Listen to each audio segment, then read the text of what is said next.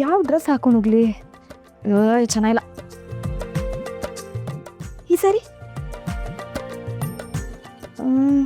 ಏನು ಒಂಥರ ಚೆನ್ನಾಗಿ ಕಾಣಿಸ್ತಿಲ್ಲ, ಬೇಡ.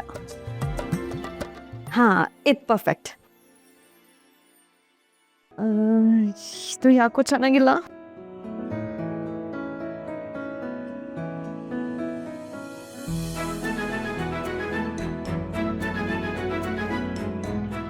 ಮುದ್ದು, ಈ ಸ್ಯಾರಿ ಉಟ್ಕೊಂಡು ಬಂದರೆ ಹೇಗೆ ಕಾಣಿಸ್ತೀನಿ?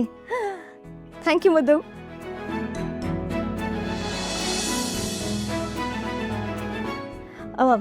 ಮುದ್ದು, ಇದಕ್ಕೆ ಯಾವ ಇಯರಿಂಗ್ಸ್ ಹಾಕೊಳ್ಳಿ? ಒಂದು ನಿಮಿಷ.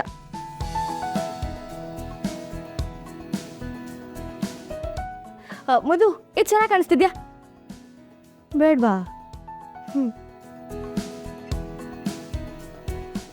ಇದು ಇದು ಬೇಡವಾ? ನಾನು ಕನ್ಫ್ಯೂಸ್ ಆಗ್ತಿದ್ದೆ, ಯಾವ್ದನ್ನ ಹಾಕೊಳ್ಳಿ?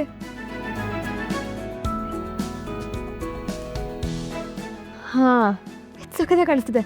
ಮಧು, ಇದು ಚೆನ್ನಾಗಿ ಕಾಣಿಸ್ತಿದೆ ತಾನೆ? Thank you thank you thank you thank you.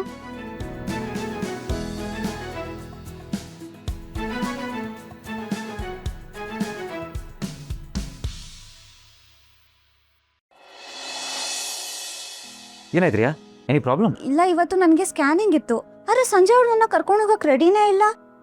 Sanju ಕರ್ಕೊಂಡು ಹೋಗಿ ಅದ್ರಲ್ಲೇನಿದೆ? ನಾನು ಯಾಕೆ ಕರ್ಕೊಂಡು ಹೋಗ್ಲಿ? ನನಗೆ ಮದುವೆ ಮಾಡಿಸಿದ್ದು ನೀನು ತಾನೇ, ನೀನೇ ಕರ್ಕೊಂಡು ಹೋಗು. ಅವಾಗ ಬಂದು ನಿಂಗೆ ಕ್ಲಾಸ್ ತಗೊಳ್ಳಿಲ್ಲ ಅಂದರೆ ನಿನಗೂ ಮನಃಶಾಂತಿ ಇರಲ್ಲ ಅನ್ಸುತ್ತಲ್ವಾ? ಅಲ್ಲ, ಅವ್ರನ್ನ ಕರ್ಕೊಂಡು ಹೋಗೋದು ನಂಗೇನೂ ಪ್ರಾಬ್ಲಮ್ ಇಲ್ಲ, ನಂಗೆ ಕಾನ್ಫಿಡೆನ್ಸ್ ಇದೆ. ಇಷ್ಟಕ್ಕೂ ನಿನ್ನ ಕರ್ತವ್ಯ ನೀನು ಮಾಡಬೇಕಲ್ವಾ? ಈ ಥರ ಪಿಕಪ್ ಡ್ರಾಪ್ ಸರ್ವಿಸ್ ಮಾಡೋದಕ್ಕೆ ನಾನೇನು ಡ್ರೈವರಾ? ಅಲ್ಲ, ನಿನಗೆ ಗಂಡ ಅಂತಾರೆ. ಇಂಥ ಟೈಮಲ್ಲಿ ಇವ್ರ ಜೊತೆ ನಿಲ್ಲೋದಕ್ಕೆ ಕರ್ತವ್ಯ ಅಂತ ಶಬ್ದ ಬಳಸ್ತಾರೆ. ವಾರೆವ, ನಾನು ಹೋಗಲ್ಲ. ಹಾಂ, ನನಗೆ ಎಕ್ಸಾಮ್ಸ್ ಇದೆ, ನಾನು ಓದ್ಕೋಬೇಕು, ಸಿಲೆಬಸ್ ತುಂಬ ಇದೆ. ಒಬ್ಬ ಗಂಡ ಆಗಿ ಹೆಂಡತಿ ಜೊತೆ ಹೇಗಿರಬೇಕು, ಒಬ್ಬ ತಂದೆಯಾಗಿ ಹುಟ್ಟೋ ಮಗು ಜೊತೆ ಹೇಗಿರಬೇಕು ಅನ್ನೋದನ್ನು ಯಾವ ಮೆಡಿಕಲ್ ಬುಕ್ಕಲ್ಲೂ ಹೇಳ್ಕೊಡಲ್ಲ. ಸ್ವಂತ ಬುದ್ಧಿ ಇರಬೇಕಾಗುತ್ತೆ. ಒಂದು ಹುಟ್ಟೋ ಮಗು ಹಾರ್ಟ್ ಬೀಟ್ನ ಕೇಳಿಸ್ಕೊಳ್ಳೋದು ಒಬ್ಬ ತಂದೆ ಕರ್ತವ್ಯ ಅಷ್ಟೇ ಅಲ್ಲ, ಅವನ ಭಾಗ್ಯ ಕೂಡ. ಇಂಥ ಟೈಮಲ್ಲಿ ಅವ್ರು ಕೈ ಹಿಡ್ಕೊಂಡು ಜೊತೆ ನಿಲ್ಲೋದು ನಿನ್ನ ಕರ್ತವ್ಯ ಹೊರತು ಬೇಜವಾಬ್ದಾರಿಯಿಂದ ಓಡೋಗೋದಲ್ಲ.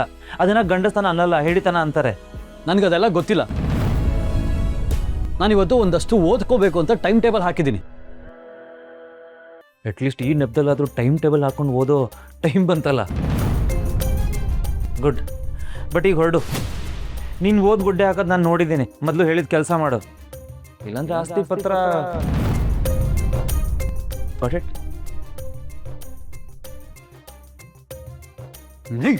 ನೀನಿದೆಯಲ್ಲ, ಮೋಸ್ಟ್ಲಿ ಬ್ರಹ್ಮರಾಕ್ಷಸಿ ನಿಂತರನೇ ಇದ್ಲು ಅನ್ಸುತ್ತೆ. ಕರ್ಣ, ಆಯ್ತು, ನಾನು ಹೋಗಿ ಫ್ರೆಶ್ ಅಪ್ ಆಗಿ ಬರ್ತೀನಿ. ಟೈಮ್ ಕೊಡು.